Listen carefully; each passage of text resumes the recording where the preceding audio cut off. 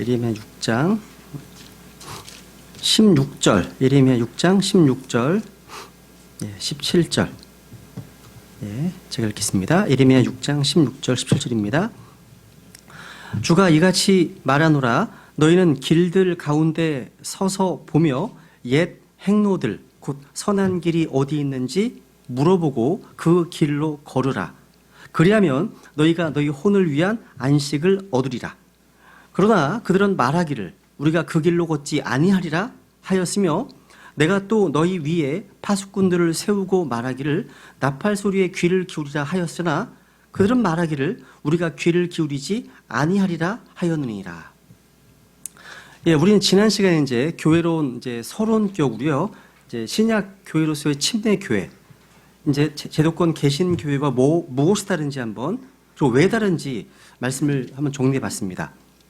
신약 교회는요, 예수님께서 십자가에 죽으시고 부활 승천하심으로 오순절날 성령님을 보내주심으로 이 땅에 존재하게 되었습니다. 그래서 오순절은 신약 교회의 기원입니다. 생일이죠, 그죠? 교회의 생일은 오순절이에요. 교회가 이 땅에서 하늘로 옮겨지는 휴거의 시기도 오순절이 될 겁니다. 많은 이들이요, 교회의 어떤 그 휴거 시기를 7절 가운데 나팔절로 규정하고 있지만, 나팔절은요, 유대인의 명절로서 유대인 성도들의 환란 후 휴거를 보여주는 겁니다. 성경에는 two raptures, 두 가지 휴거가 나오고 있죠, 그죠? 이런 얘기를 종말론 시간에 공부할 거니까요. 여러분, 신약 침례교회는요, 역사적으로 가장 오래된 교회입니다. 신약교회는요, 16세기 종교개혁에서 형성된 오늘날의 개신교회들보다 무려 1500년이나 더 오래된 교회입니다. 지금 방금 읽으신 예레미야 6장 이 말씀은요, 우리가 킹제임스 성경 신학원에서 공부하고 있는 이 교리들이 새로운 것들이 아니라 우리 믿음의 선배들이 이 성경을 통해서 믿었고 가르쳤고 순종했던 옛 진리들인 겁니다. 이 말씀 아주 유명한 구절이죠, 그죠? 너희는 길들 가운데 서서 보며 옛 행로들로 걸으라 말씀하시네요. 저 개인적으로요, 이 동탄 지역의 베다니 침례교회를 개척하면서 제일 처음 설교했던 이 본문이 바로 예레미야 6장 16, 17절 말씀이었습니다. 여러분, 예레미야가 사역하던 그 당시의 영적 상태나 오늘날 미지근한 라오디게아 교회 시대의 영적 상태나 너무나 비슷합니다. 너무 비슷해요. 하나님의 심판이 임박해 있었던 그 당시에 눈물의 대언자 예레미야가 이스라엘 백성들에게 피할 길을 제시하고 있는데, 그 피할 길이 뭐냐? 그건 새로운 길이 아니다. 새로운 길이 아니라 우리 믿음의 조상들이 걸어갔던 옛 행로들로 걸어가라는 것이었습니다. 여러분, 지금 이 시대에는요, 새로운 것들이 계속 쏟아져 나오는 시대입니다. 여기 한번 잡으시고 사도행전 17장을 보겠습니다. 사도행 17장. 사도행전 17장 21절에 보시면요, 사도행전 17장 21절. 세상 사람들은 새로운 것들을 굉장히 추구하잖아요, 그죠? 맞습니다. 여기 보시면요, 모든 아테네 사람들과 거기 있던 나그네들은 새로운 어떤 것을 말하고 듣는 것 외에는 자기들의 시간을 달리 쓰지 아니하였더라. 새로운 것을 말하고 듣는 것 외에는. 새로운 건 너무나 좋아해요. 항상 새로운 것을 추구한다는 거죠. 새로운 자동차, 새로운 아이폰 14, 새로운 IT 기기들 추구하잖아요, 그죠? 그런데 여러분, 믿음에 있어서는요, 하나님께서는 새로운 것이 아니라 옛 행로들 가운데 걷기를 원하십니다. 그 길이 좋은 길이고, 그 길이 선한 길이고, 그 길이 또 바른 길이라는 거죠.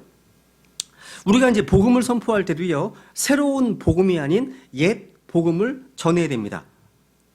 오늘날 이제 사회 개혁을 강조하는 사회복음을 전하고, 또 크리슬람이라고 하는 종교 통합을 전하고, 또 종교 다원주의라는 거짓 복음을 선포하는 사람들이 너무나 많습니다. 근데 그 길은 멸망으로 가는 길입니다. 멸망의 길입니다. 또 많은 사람들이요, 예수 그리스도의 십자가의 피, 그 십자가의 피에 인간의 수고와 땀을 섞어서 전하는 것을 목도합니다. 이게 새로운 복음입니다. 또 우리나라의 어떤 대형교회는요, 예수 그리스도의 피는 우리의 과거의 죄만 용서한 것이라고 주장하는 교회들이 있습니다. 또 예수 그리스도의 피는 원죄만 용서해놨다, 라고 주장하는 교회들도 있습니다. 근데 그런 교회들이 우리나라 기독교의 정통 교회 목록에 들어가 있어요. 근데 그 교리는 거짓 교리입니다. 많은 혼들을 멸망으로 보내는 거짓 복음입니다. 여러분, 과거에 죄만 용서받았거나 원죄만 용서받았기 때문에 그 이후에 짓는 죄는 계속해서 회개하면서 자기의 눈물로 헌신으로 죄 용서를 받아야 한다고 가르치는 거죠. 근데 여러분, 회개가 죄값을 지불하는 것은 아니죠. 여러분, 구원을 받으려면 회개는 반드시 필요합니다. 회개하고 복음을 믿으라 하셨으니까. 근데 회개에서 끝나버리면, 그러니까 회개 그 자체가 죄를 용서받고 죄값 지불되는 도구는 아니죠. 이런 거예요. 강도짓을 하다가요, 붙잡힌 한 죄수가 있는데 이 죄수가 그 판사 앞에서 통곡을 하면서 눈물로 자기 죄를 회개하고 뉘우쳤어요. 그러면 그 판사가 그 죄인의 회개의 눈물을 보면서 용서해 줍니까? 아니죠. 그 죄인이 눈물을 흘리면서 회개하는 것은 마땅한 일입니다. 하지만 그가 그 죄 때문에 형벌 받아야 하는 것은 다른 별개의 문제죠. 그죠? 판사는 법에 따라서 공정하게 재판하고 판결할 겁니다. 그러니까 그 죄인은요, 자기의 눈물과 회개와 상관없이 법에 따라서 형벌을 받아야 되는 거죠. 이것은 공의입니다. 우리 하나님은 공의 하나님이십니다. 여러분, 그 사람이요, 형벌을 다 마치고 나오면 판사가 그 죄인을 다시 잡아다가 재판할 수 있겠습니까? 할 수 없죠. 왜냐하면 그 사람은 자기의 죄값을 이미 치렀기 때문이죠. 그러니까 판사 앞에서는 두려움이 없어요. 그러니까 죄 용서는요, 회개에 있는 것이 아니라 그 죄에 대한 대가를 치르는 것에 있음을 알게 되는 거죠. 여러분, 죄의 대가가 뭐죠? 그렇죠. 죄의 싹은 사망이라고 말씀하셨잖아요. 여러분, 죄값을 지불하는 죄의 싹에 대해서요, 하나님은요, 사망 이외에 다른 것을 말씀하신 적이 없습니다. 죄의 싹은 사망인 거죠. 오직 죽음과 영원한 형벌이 있을 뿐입니다. 그런데 우리 하나님은 또한 사랑의 하나님이십니다. 그죠? 하나님께서는요, 자신의 공의와 상충되지 않는 방법으로 하나님의 공의도 이루시고 우리에 대한 사랑도 주시기 위해서 자기 독생자를 보내주셨습니다.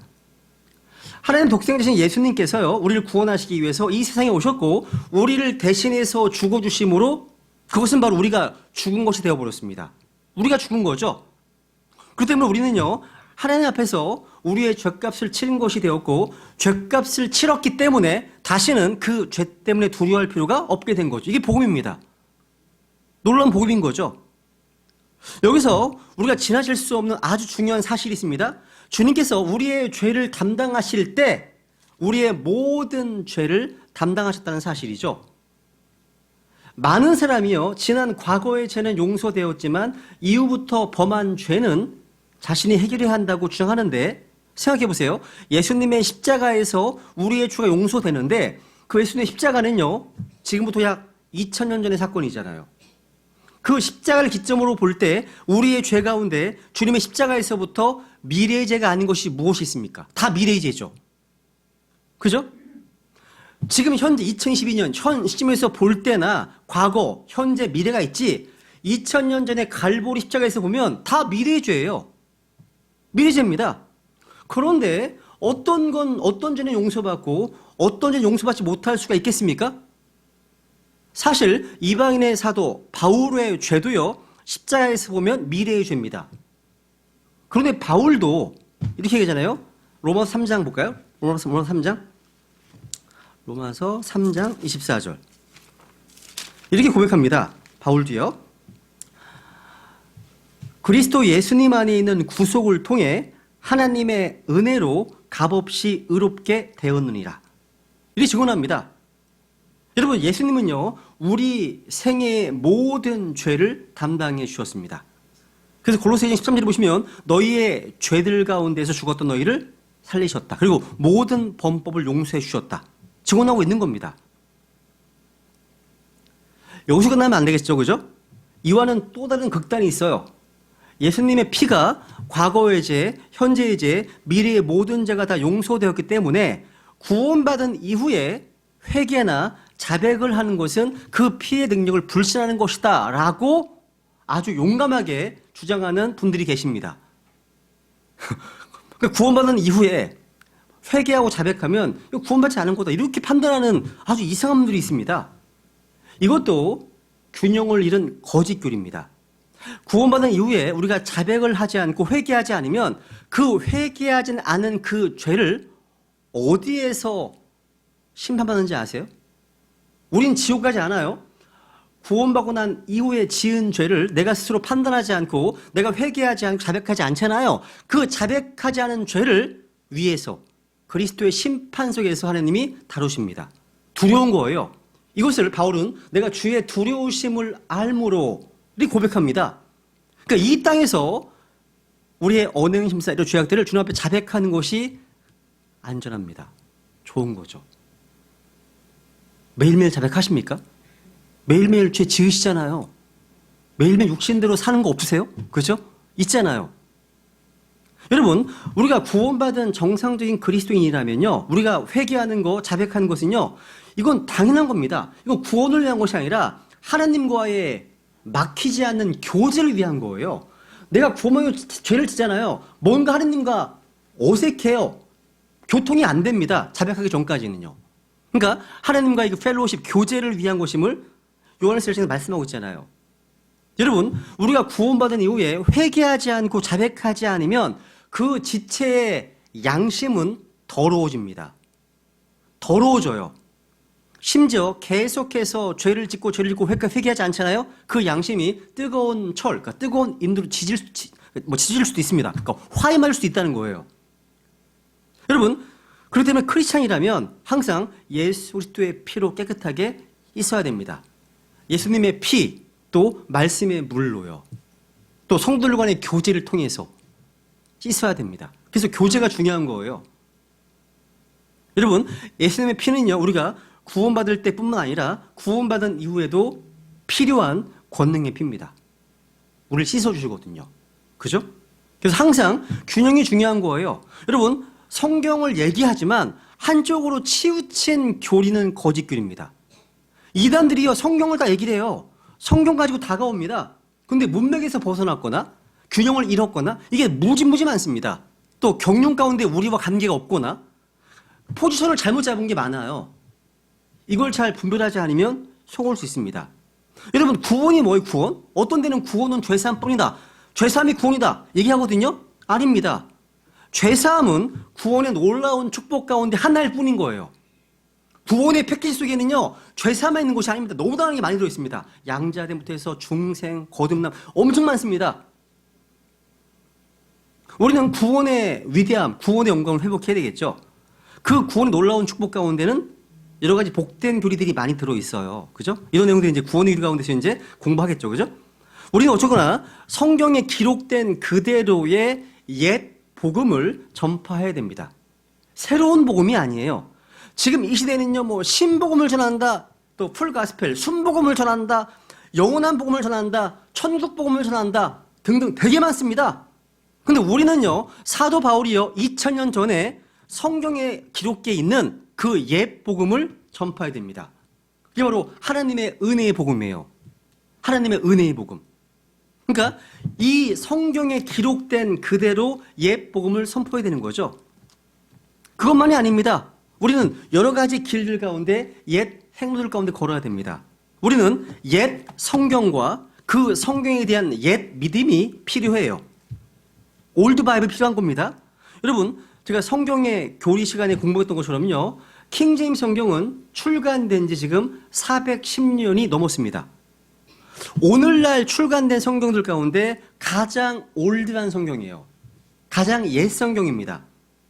절대 무오하고 하나님의 완전한 숨결이 들어있는 유일한 성경입니다. 근데 마귀는요, 마귀는 모방의 천재입니다.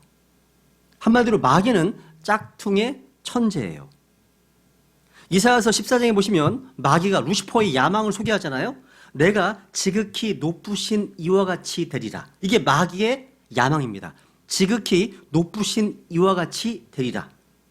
그러니까 마귀가 성경 번역에 개입하는 겁니다. 하느님 말씀에 개입하는 겁니다. 마귀도요. 오늘날 뉴 바이블, 새로운 길, 새로운 성서들이 성경의 이름으로 출판되고 있습니다. 표지와 모양은 같습니다. 표지와 모양은 성경입니다. 내용은 하나님의 음성이 아닌 낯선 자의 음성이 담겨져 있습니다. 미국에만 하더라도요, 약 400종류 이상의 성경들이 나왔습니다. 제가 몇 년 전 하더라도요, 300종류 정도 있었거든요. 지금은 400종류 이상 나왔습니다. 성경이요, 돈이 되거든요. 성경 출판이요. 그런데 대부분 나오는 성경들마다 어떤 이름이 붙어 있습니까? 앞에 New King James Bible, New International Version, New KJV 굉장히 많습니다. 다 New가 붙어 있어요. New가요. 우리나라 사람들 가운데서 가장 많이 보는 영어 성경 중에 하나가 NIV였습니다. New International Version이죠. 신국제역본이었거든요. 여러분, 그 NIV를 보시는 분이 주위에 계시면요, 저는 얘기를 해줘요. 당신 혹시 NIV의 영어 성경 편집장이 무신론자인 거 아냐? 자료를 보여줘요. 찾아서. 깜짝 놀랍니다. 그리고 심지어 수석 편집위원과 편집자 중 한 사람이 레즈비언인 거 아냐? 얘기합니다. 자료를 찾아 보여줘요. 우리가 말만 하면 안 믿더라고요. 좀 안 믿어. 증거를 보여줘야 돼. 보여줘야 됩니다. 또 NIV 성경은요, 루퍼드 머독의 소유한 그런 존 도반 출판사가 나옵니다. 루퍼드 머독은 굉장히 아주 악한 그런 사람입니다. 여러분, 이 회사의 모회사는요, 하퍼 콜린스라는 출판사인데요, NIV를 만든 존 도반의 모회사 하퍼 콜린스는요, 사탄의 성경을 출판했고요, 그리고 심지어 동성애의 즐거움이라는 책도 팔고 있습니다. 같은 출판사에서 NIV도 있고요, 사탄경도 같이 출간합니다. 팔고 있습니다. 이런 건 잘 모를 겁니다. 잘. 이런 실체를 사람들에게 알려야 한다는 거죠. 그러면 성경 자체에 관심 없던 사람들도요, 이렇게 반응을 보여요. 문제를 보여주면요. 오늘날 새로운 성경들이 계속 출판됨으로 인해서요, 기독교계는 배교로 치닫게 되었고요, 많은 영적인 혼란을 야기하게 되었습니다. 여러분, 우리 하나님은요, 혼란의 창시자가 아니시죠? 여러분 생각해 보세요. 성경이 하나만 있으면 혼란스러운 게 있어요, 없어요? 길이 하나밖에 없어. 혼란스러울 게 없어요. 길이 막 양갈래가 나기 시작했어. 혼란스럽죠. 근데 마귀는 혼란의 창시자입니다. 마귀. 무질서의 창시자입니다. 지역교회가요, 질서 가운데 움직일 때 성령이 역사하시는 겁니다. 지역교회가 무질서할 때 마귀의 역사하는 겁니다. 그래서 은사주의 하시면 되게 무질서하잖아요. 뭐 장풍 쏘고 넘어지고 쓰러지고 막 이상한 타잖아요. 여러분, 우리에게는요, 옛 성경, 올드 킹 제임스 성경을 기초로 한 또 옛 믿음이 필요합니다. 우리 어떤 믿음입니까? 이 성경만이 우리의 믿음에 있어 최종 권위다. 이 성경만이 우리의 실행에 있어의 최종 권위다. 유일한 권위다. 절대 권위다.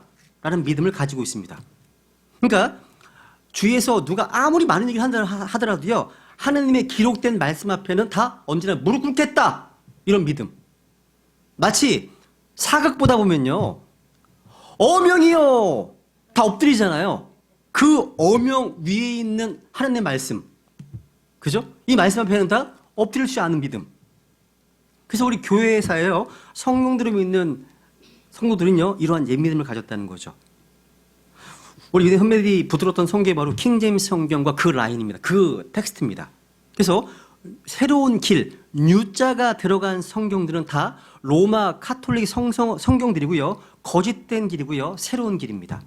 근데 우리는 옛 행도들 가운데 걸어가야 됩니다. 그 길이 올바른 겁니다. 그러니까 믿음이 있어요. 뭔가 이 길인가 저 길인가 혼란스러울 때는요, 서서 보십시오.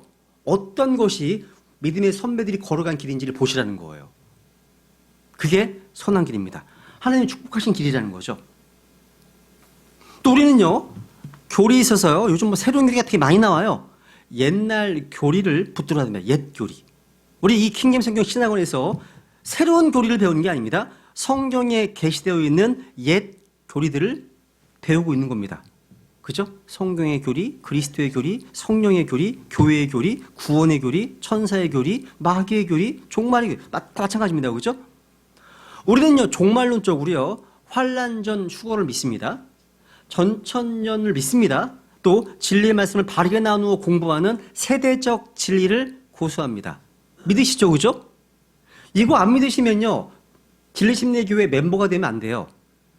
방문객은 될 수 있지만 멤버라는 뜻은 뭐냐면 그 교회에서 믿는 거를 나도 믿는다는 뜻입니다. 동의해서 멤버가 되는 거거든요. 근데 나는 그걸 안 믿고 있어. 그럼 멤버가 되면 안 되는 겁니다. 우리는 언약 신약이 아닌 하나님께서 나누어 주시는 경륜대로, 그러니까 세대주의라고 일컫는 방식으로 말씀을 연구합니다. 우리의 소망은 뭐예요? 우리의 소망은요 대환란을 기다리는 게 아니죠. 대환란 전에 우리를 아버지의 집으로 데리고 가실 주 예수 그리스도를 기다리고 있습니다. 이게 복된 소망이죠. 정말 가까이 다가왔습니다. 며칠 전인가요? 그 미국 ABC 뉴스에서요 하나의 이제 글을 이제 소개해 줬는데 그 글의 내용은 이런 거였습니다. 로마 교황청 바티칸에서요 9월 마지막 날, 그러니까 9월 어제가 마지막인가요? 어제까지, 그러니까 9월 마지막 날까지 바티칸에 있는 모든 해외 자산들, 부동산, 주식, 채권, 뭐 금, 은 다 모든 자산들을 바티칸에 있는 종교 무슨 시설이 있습니다. 은행 같은 데인데 거기에 귀속시켜라. 교황의 칙령이 떨어졌습니다. 되게 신기했어요. 왜 그러지 갑자기 얘가? 얘가 말이죠. 교황이 9월 마지막 날까지요. 바티칸이 이게 조만한 나라지만요. 실제 겉으로 드러난 부의 양은요. 전 세계의 파리 정도 해당하는 나라의 규모랍니다. 드러난 규모예요. 드러나지 않은 규모는 뭐 상상을 초월합니다. 그런데 갑자기 부정부패를 얘기를 하면서 전 세계에 있는 바티칸의 모든 자산들을 다 회수하라는 거예요. 어제까지. 왜 그러지? 그럼과 더불어서 이거 저의 개인의 추측이에요. 몰라요. 갑자기 러시아에서 유럽으로 가는 노드스트림 관이 파괴가 됐네요. 러시아의 생명줄이거든요, 이건요. 러시아가 파괴시키지 않습니다. 절대요. 러시아는 뭐 끌 수도 있고 뭐 보낼 수도 있으니까. 근데 재미난 사실은 올해 2월쯤인가요? 러시아가 우크라이나를 침공하면 이 노드스트림 파이프라인은 존재하지 않을 것이다라고 바이든이 약속한 게 있어요. 이게 많이 있습니다. 있어요. 그리고 국무 차관도 마찬가지고. 야, 러시아의 파이프라인을 파괴시켰네? 뭔가 이게 러시아가 조치를 취하지 않을까 이런 생각이 들기도 하고. 근데 그게 뭔지 몰라요. 뭔지 모르겠습니다. 근데 어쨌거나 9월까지 이미 다 기속됐다면 10월부터는 뭔가 얘네들이 알고서 미리 빼는 건지 그건 모르겠습니다. 여러분들은 걱정 안 하시잖아요. 워낙 돈이 없으니까, 그죠? 걱정 안 하시잖아요, 그죠? 뭔가 터질 수 있습니다, 그거는요. 근데 어쩌거나 우리는 그런 대환란을 기다리는 게 아니에요. 기존의 어떤 금융 시스템이 파괴되고 새로운 뉴 월드 오더가 돼야만 누군가 등장할 수 있잖아요. 적그리스도 등장할 수 있잖아요, 그죠? 근데 어쩌거나 그 전에 우리는 휴거되잖아요. 이거 소망이잖아요, 우리의 소망. 복된 소망입니다. 주님께서는요, 우리에게 여러 가지 길들 가운데 옛 행로들 가운데 걷기를 원하신다고 말씀하시는데요. 그렇다면 우리가 어떤 교회를 가야 되겠습니까? 어떤 교회를요? 옛날 교회를 가야 됩니다. 옛날 교회요. 옛날 교회는요, 사도행전 2장에서 탄생한, 그러니까 성령 침례로 탄생한 교회고요, 침례를 주는 침례 교회입니다. 이 교회가 신약 교회죠. 제가 지난 시간에 이 신약 교회는 베프티스트 해서 침례 교회로서 이 베프티스트의 이니셜 글자를 이용해서 BAPT 해가지고 이제 이니셜 인용해서 이제 이 교회가 어떤 교회인지 정리했죠, 그죠? 신약 교회의 시작과 더불어서 침례 성도들은요, 국가교회가 아닌 독립교회를 형성했습니다. 그리고 최소한 이런 8가지 원칙을 지키면서 믿음 생활을 했다는 거죠. 보세요, 한번. 다시 보세요. B. 성경의 최종 권위를 믿습니다. 맞죠? 그 다음에 어토노미. A. 자치적 지역교회. 각 지역교회는 오직 성경만을 최종 권위로 삼고 목회자의 감독하에 성령님의 인도하심을 따라서 자체 회원들끼리 자치적으로 운영하는 조직체이자 하나님의 유기체가 바로 지역교회입니다. 세 번째, 온 성도의 제사장 직분이죠. 그죠? 구원받은 모든 성도들은요, 어떤 인간 중보자의 도움 없이, 뭐 신부의 도움 없이, 교황의 도움 없이, 목회자의 도움 없이 우리의 유일한 대제사장 예수 그리스도를 통해서 직접 하나님께 나아갈 수 있음을 믿잖아요. 이건 영적 제사장 직분을 말하는 거죠. 구약 시대에 존재했던 육적 제사장 직분은 사라졌습니다. 그죠? 네 번째, 교회에 두 가지 규례가 있습니다. 우리 믿음의 신약 교회들은요, 침례와 주의 만찬만이 지역 교회가 실행해야 될 두 가지 규례임을 믿습니다. 그리고 양심의 자유, 혼의 자유를 무척 강조히 여겼습니다. 혼의 자유, 양심의 자유. 이를 바탕으로 해서 믿음의 자유를 소유했다는 거죠. 누군가 강요했습니다. 이거 안 믿으면 죽일 거야. 불가능하면 침례교는 그런 교회가 아닙니다. 자유가 있다는 거죠. 여섯 번째, 구원받은 성도들만의 교회 멤버십 믿었습니다. 일곱 번째, 지역교회 두 가지 직분, 그죠? 성경 안에 오직 두 개의 직분, 목사와 집사 직분이 있음을 믿었습니다. 그리고 교회 국가의 분리를 믿었습니다. 이러한 원칙들이요, 침례교회의 정체성입니다. 우리가 왜 신약 독립침례교회에 출석하고 있는지 그 이유를 잘 이해하고 있어야 됩니다. 사실 오늘날요, 교파가 상당히 다양한 것처럼 보이지만 실제는 두 개밖에 없어요. 맵티스트와 스프링클러. 그러니까 침례를 주는 교회와 세례 주는 교회로 나눌 수 있습니다. 여러분, 침례에 대한 주는 교회 의식을 다룰 때 공부할 텐데요. 교회사에 보시면요, 정말 수많은 크리스찬들이요, 무수히 많은 크리스찬들이요, 침례 문제 때문에 죽었습니다. 순교당했습니다. 교회사에 나와요. 우리에게는요, 구름 같은 많은 증인들이 있습니다. 로마 천주교에서 나온 개혁교회조차 이 문제에서 온전히 벗어나지 못했어요. 여러분, 이 문제가 봐줄 수 있는 문제라면, 타협할 수 있는 어떤 이슈라면 순교당한 사람들은 다 어리석은 사람들입니까? 중요한 주제입니다. 침례 주제는요. 그러니까 피 흘림으로 지킨 교회가 바로 침례 교회라는 거예요. 그런데 여러분, 이러한 것들을 믿고 있는, 그러니까 이러한 진리를 믿고 있는 성경 신자들이요, 저는 교회에 어떤 일이 있어서 일반 개신교회로 가는 것을 이해하기 어렵습니다. 이해가 안 가요. 여러분, 무천년이나 후천년 언약 신약을 전하고 사회복음이나 신복음, 순복음, 왕국복음을 전하면서 잘못된 성경을 사용하고 옛 믿음도 고수하지 않고 세례를 주는 그런 교회로 아무렇지도 않게 간다면 저는 그분들의 믿음을 의심하게 됩니다. 성경 신자셨을까? 솔직히 그렇습니다. 그러니까 교회를 옮기려고 하더라도요, 이런 바른 성경, 또 바른 교리, 바른 복음, 바른 믿음을 전하는 교회로 옮겨오면 괜찮겠는데 일반 교회로 갔다는 거예요. 굉장히 의외의 경우가 많이 있었습니다. 심지어 이단으로 가는 경우도 봤어요. 이단으로. 가장 이해가 안 갑니다. 어쨌든 우리 앞에 수많은 길들이 있습니다. 그래서 멈춰 서서 보고 물어서라도요, 옛 행로들로 걸어야겠죠. 그렇죠? 지금 라오디케아 교회 시대, 이 마지막 날들, 위험한 데를 살아가는 이 시대에요, 교회가 하나님의 심판을 피할 수 있는 길은 하나님이 계시하신 옛 성경과 옛 교리로 돌아가는 겁니다. 그럼 이제 교회에 대한 교리 가운데요, 우선 쉬운 얘기부터 이제 해보겠습니다. 오늘은 교회가 뭔지, 교회의 본질, 교회의 의미에 대해서, 또 시간이 되면 또 교회와 구분해야 될 용어들에 대해서 좀 말씀을 한번 전해보겠습니다. 우선 교회라는 단어의 의미 보세요. 어렵지 않죠? 다 이제 아실 겁니다, 그죠? 오늘날 사람들은 교회라고 하면 빨간 십자가 첨탑의 교회 건물을 생각하는데, 우리가 모여있는 이 엘렌 빌딩 건물은 교회가 아니죠. 그죠? 이것은 교회가 모여서 성경을 공부하고 예배 드리는 건물일 뿐입니다. 건물은 교회가 아니죠. 그죠? 성경은요, 주님께서 그리스도께서 교회를 사랑하사 교회를 위해 자신을 주셨다 말씀하십니다. 이 건물이 교회라면 예수님께서 건물을 위해 죽으신 것이 되는 거죠.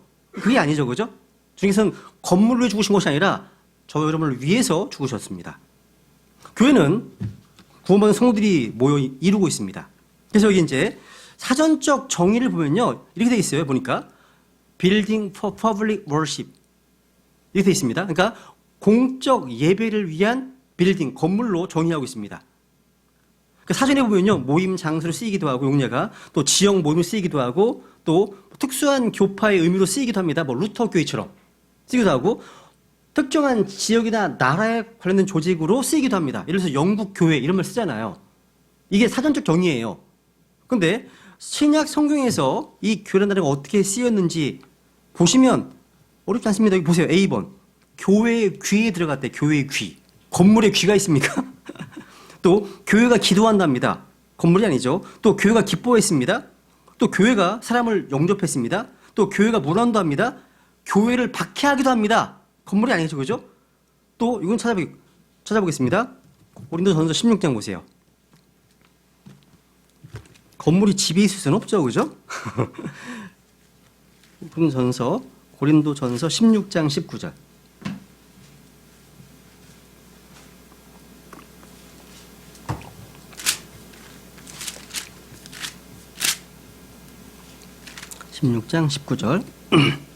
여기 보시면 아시아의 교회들이 너희에게 무난하고 아골라와 브리스길라가 자기 집에 있는 교회와 함께 주 안에서 너희에게 많이 무난하느니라 되어 있네요. 여기 보시면 아시아의 교회들은요, 아시아에 있는 여러 지역 교회들을 말하죠. 바울은 지금 고린도 교회에 편지를 쓰면서 아시아의 교회들이 고린도 교회에 무난하다는 사실을 지금 기록하고 있습니다. 여러분, 여기서 교회들은요, 영적 유기체를 말하는 게 아니죠. 지역 교회들입니다. 그죠? 복수잖아요. 몸된 교회는 하나입니다. 그죠? 근데 여기는 교회들이잖아. 지역 교회입니다. 우리는 지역 교회들 간에 서로 무난하고 교제하고 때로는 또 도와줘야 됩니다. 그리고 아골라와 브리스길라가 자기 집에 있는 교회와 함께 고린도 교회에 무난했습니다. 이게 소위 말하는 가정교회예요. 가정교회입니다. 여기 골서 4장의 15절 보시면 라오디게의 눈바가 집에서 교회를 했고요. 빌레몬서 2절에 보시면 아비아와 아키포 역시 집에서 교회를 했습니다. 그게 나와요. 건물일 수가 없죠. 그죠? 이해가 되시죠? 그죠? 또 계시록 2장에 보시면요. 2장에 보시면 모든 교회가 예수님께서 나는 사람의 속 중심과 마음을 살피는 자인 줄 알리라고 되어 있어요. 건물이 할 수는 없죠. 그죠? 그러니까 이러한 말씀들만 보면요. 우리 신약 성경에서 사용된 교회라는 단어가 사전적 정의와 다르다는 사실을 확인할 수 있습니다. 킹제임스 성경이 사전을 바로 잡습니다. 주님께서는요, 내가 나의 교회를 세우겠다 하셨습니다. 그죠? 근데 여러분, 교회가 진짜 빌딩은 맞아요. 빌딩은 맞는데 피지컬한 빌딩이 아니라 영적 빌딩입니다. 베드로전서 2장에 보세요, 한번. 베드로전서 2장 5절에 보시면요. 교회를 영적인 빌딩으로 이렇게 소개하고 있습니다. 베드로전서 2장 5절에 보시면요.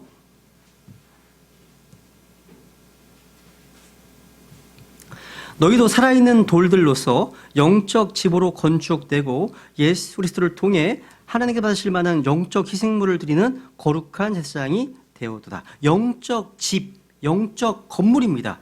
그러니까 구원받은 성도들이라고 하는 살아있는 돌들로 구성되어 있고 세워져 있는 영적인 집입니다. 그렇기 때문에 교회는 물리적인 건물이 아니라 그리스도 안에서 예수님의 생명을 소유한 사람들로 구성되어 있는 영적인 건물입니다. 영적인 집인 거죠. 그죠? 이것이 바울 사도가요. 고린도전서 3장 9절에서 언급했던 너희가 하나님의 건물이다 라고 기록한 이유입니다.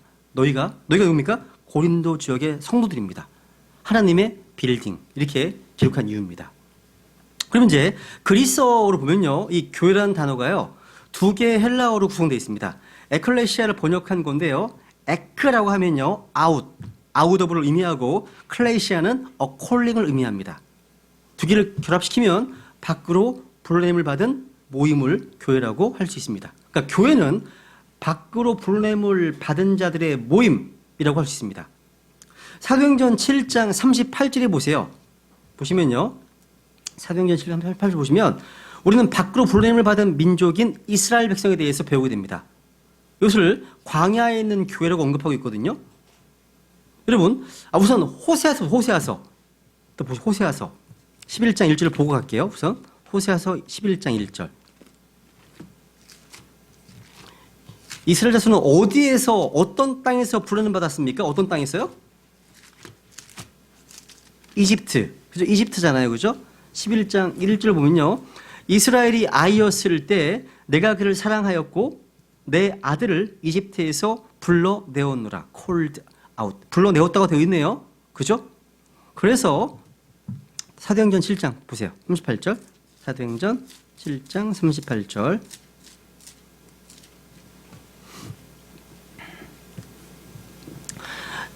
시내산에서 자기에게 말하던 그 천사와 또 우리 조상들과 함께 광야에 있던 교회에 있으면서 살아있는 말씀들을 받아 우리에게 주던 자가 바로 이 사람이니라. 광야에 있던 교회, 광야에 있던 교회. 표현돼 있죠? 이스라엘 백성들을 말하고 있습니다. 그죠? 야, 이스라엘은 하나님의 부르심을 받은 모임이었습니다. 여기 광야에 있던 교회라고 해서 이것이 신약 교회 같다는 말은 아니죠. 전혀 다릅니다. 근데 유사한 부분들이 있어요.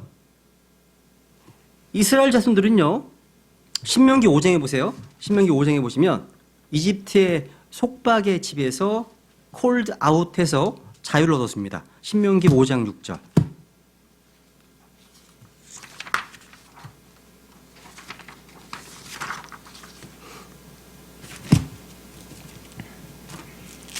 신명기 5장 6절에 보시면 나는 너를 이집트 땅 곧 속박의 집에서 데리고 나온 주 내 하나님이니라. 밑줄. 이집트 땅 곧 무슨 집이요? 속박의 집. 아하, 속박의 집. 그러니까 이집트라고 하는 속박의 집에서 콜드 아웃, 불러냄을 받아서 자유를 얻게 되었습니다. 그러면서 교회죠, 그것도요.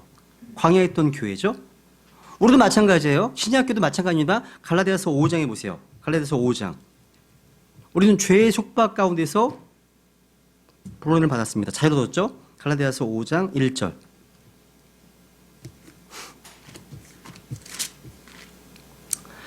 그리스도께서 자유로 우리를 자유롭게 하셨으니 그러므로 그 자유 안에 굳게 서고 다시 속박의 멍에를 매지 말라. 속박의 멍에를 매지 말라 하시네요. 그죠? 속박의 멍에, 죄의 속박에서 불러냄을 받아서 자유를 얻었습니다. 야. 그래서 여기 13절. 형제들아, 너희가 부르심을 받아 자유에 이르렀으나 오직 자유를 육신을 위한 기회로 쓰지 말고 사랑으로 서로를 섬기라. 말씀하고 있죠, 그죠? 그러니까 불러냄을 받음으로 자유 가운데 이제 자유에 이르렀습니다. 그러니까 우리는요, 그리스도 안에서 하나님의 부름을 받은 자들이죠. 우리를 어디에서 불러내셨습니까? 성경 보면 어둠에서 불러내셨다, 또 사망에서 불러내셨다 이렇게 말씀하십니다. 어둠에서 빛으로, 사망에서 생명으로 이렇게 불러내셨습니다. 교회는 로마서 8장 보세요. 28절 보세요. 우리가 부름 받았습니다. 불러냄 받았습니다. 목적이 있어요. 우리를 불러내신 목적이 있다는 거죠. 이게 중요합니다. 이 목적을 향해서 우리가 가고 있는 거예요. 다 모두가 다. 이 목적이 있습니다. 어떤 목적이냐? 예수 그리스도의 형상과 일치시키는 게 목적이에요. 로마서 8장 28절. 아주 유명한 구절이잖아요. 그죠? 우리 한번 같이 한번 읽어볼까요? 로마서 8장 28절. 시작.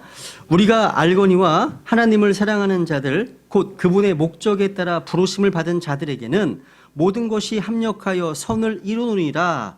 29절 제가 읽습니다. 그분께서는 자신이 미리 하신 자들을 또한 예정하사 자신의 아들의 형상과 같은 모습이 되게 하셨나니 이것은 그분이 많은 형제들 가운데서 처음 난 자가 되게 하려 하심이니라 되어 있습니다. 그러니까 우리를 불러내신 목적이 뭐예요? 목적?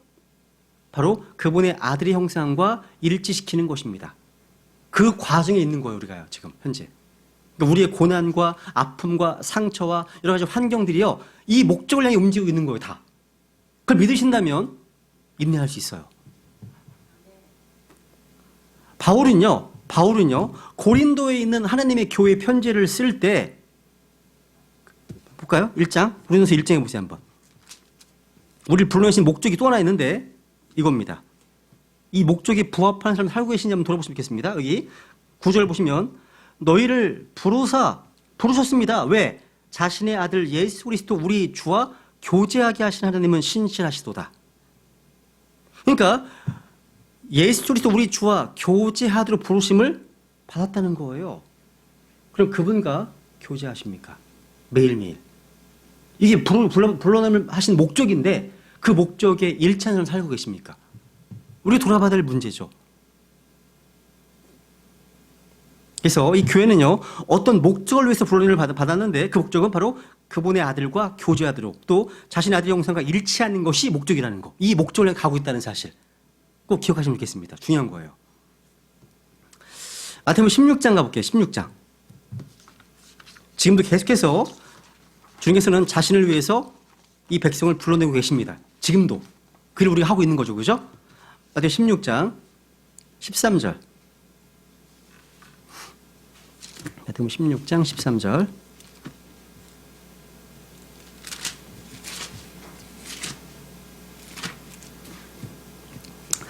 예수님께서 가이사랴 빌립보 지방에 들어오사 자기 제자들에게 물어 이르시되 사람들이 나 곧 사람의 아들을 누구라 하느냐 하시니, 야, 정말 가장 중요한 질문이죠. 이 답변에 따라서 영원히 결정되는 겁니다.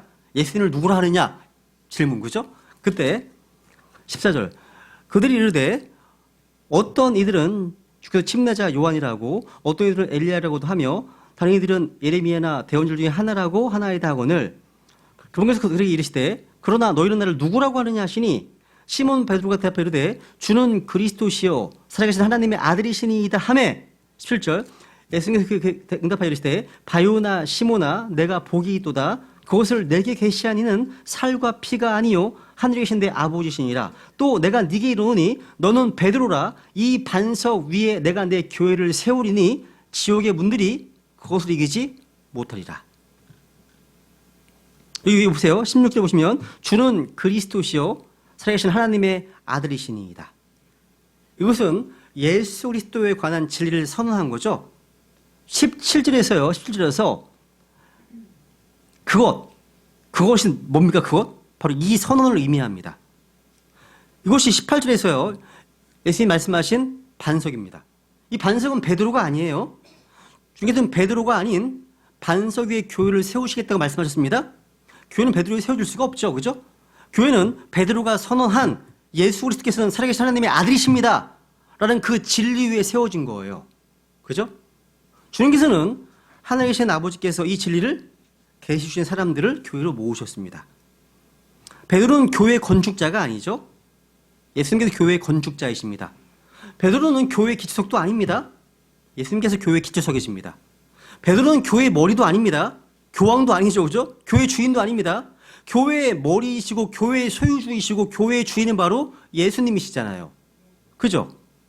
주님께서는요, 교회를 세우셨으나 베드로 위에 세우지 않으셨습니다. 주님께서는 베드로가 고백한 그 신앙 고백을 기초로 해서 교회를 세우셨습니다. 오늘날 수많은 사람들이요, 베드로를 초대 교황이라고 부르면서 그를 믿고 있잖아요. 그죠? 안타까운 일이죠, 참으로. 이 반석 위에 내가 내 교회를 세우겠다. 내 교회입니다. 그러니까 교회의 주인은 바로 주님이십니다. 교회 멤버들은 교회 주인이 아닙니다. 목사도 교회 주인이 아닙니다.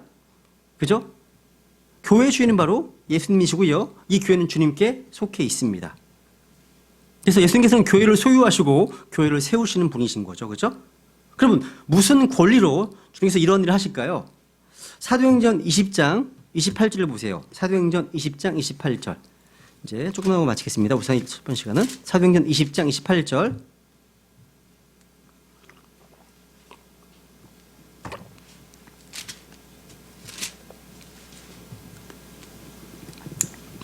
사도행전 20장 28절. 그러므로 너희 자신과 온 양떼에게 주의를 기울이라. 성령님께서 너희를 그들의 감독자로 삼으사 하나님의 교회 곧 그분께서 자신의 피로 사신 교회를 먹이게 하셨느니라. 야, 교회는 누구의 것입니까? 하나님의 것입니다. 하나님의 교회잖아요. 교회의 소유자는 바로 하나님이시죠? 그래서 그 교회를 하나님의 교회라고 부르고 있는 겁니다. 교회 이름을요, 진리 침례 교회라고 부르든 배단의 침례 교회라고 부르든 상관없습니다. 만약 교회를 움직이시는 분이 하나님이 아니고 또 교회의 머리가 하나님이 아니고 최종 권위가 하나님의 말씀이 아니라면 그것은 하나님의 교회가 아닙니다. 아니에요. 어떤 이단 교회처럼 안상홍이죠. 안상홍 이단 교회처럼요. 하나님의 교회라고 이름을 짓는다고 해서 자동으로 해서 하나님의 교회가 되는 것이 아니죠. 이름뿐인 겁니다. 이름뿐인 거죠. 이게 무엇인가? 그분께서 자신의 피로 사신 교회. 야, 갈보리 십자가에서 못 박혀 흘려진 피는 바로 누구의 피였습니까? 하나님께서 하나님의 피였습니다. 십자가에 흘려진 것은요, 인간의 피가 아닌 하나님의 피였다는 거죠. 죄가 없는 순수하고 거룩한 하나님의 피였습니다. 만약 십자가에서 흘린 그 피가 인간의 피였다면요, 누구도 죄를 사함받을 수 없고 구원받을 수 없습니다. 그런데 거기에 흘려진 피는 바로 하나님의 피였습니다. 하나님께서 그 피로 자기의 교회를 사셨습니다. 그러니까 교회는요, 온 우주 가운데서 가장 귀중하고 가장 가치 있고 소중한 피를 통해서 구원을 받았습니다. 교회는요, 유일하게 죄가 없는 피를 통해서 구원받았습니다. 이것이 바로 교회를요, 이 세상에서 가장 소중한 곳으로, 가장 가치 있는 것으로 만들어준다는 거죠. 이 세상에는요, 교회를 위해서 지불하신 것처럼 엄청난 대가를 지불할 만한 것이 존재하지 않습니다. 이게 교회예요, 교회. 그렇다면 우리가 교회를 어떻게 바라봐야 될까요? 그 하나님의 관점으로 바라봐 보셔야 되겠죠. 교회가 너무 소중한 것이구나. 좀 귀한 것이구나. 교회를 사랑하셔야 되는 겁니다. 그죠? 에베소 5장. 이제, 그러면 보고 쉬었다 하겠습니다. 에베소 5장 볼까요? 에베소 5장 25절.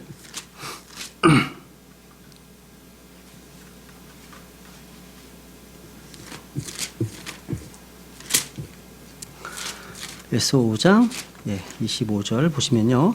남편들아 너희 아내 사랑하기를 그리스도께서 교회를 사랑하사 교회를 위하여 자신을 주신 것 같이 하라.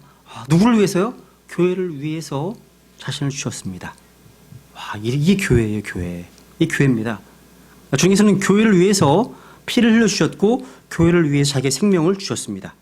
우리를 살리게 하시기 위해서. 그렇기 때문에 교회는 바로 하나님의 것인 겁니다. 하나님께서 직접 자기 핏값을 주고 사셨기 때문에 교회는 정말로 소중한 겁니다. 귀한 거죠. 그죠? 좀 쉬었다가 두 번째 시간 하겠습니다. 좀 쉬겠습니다.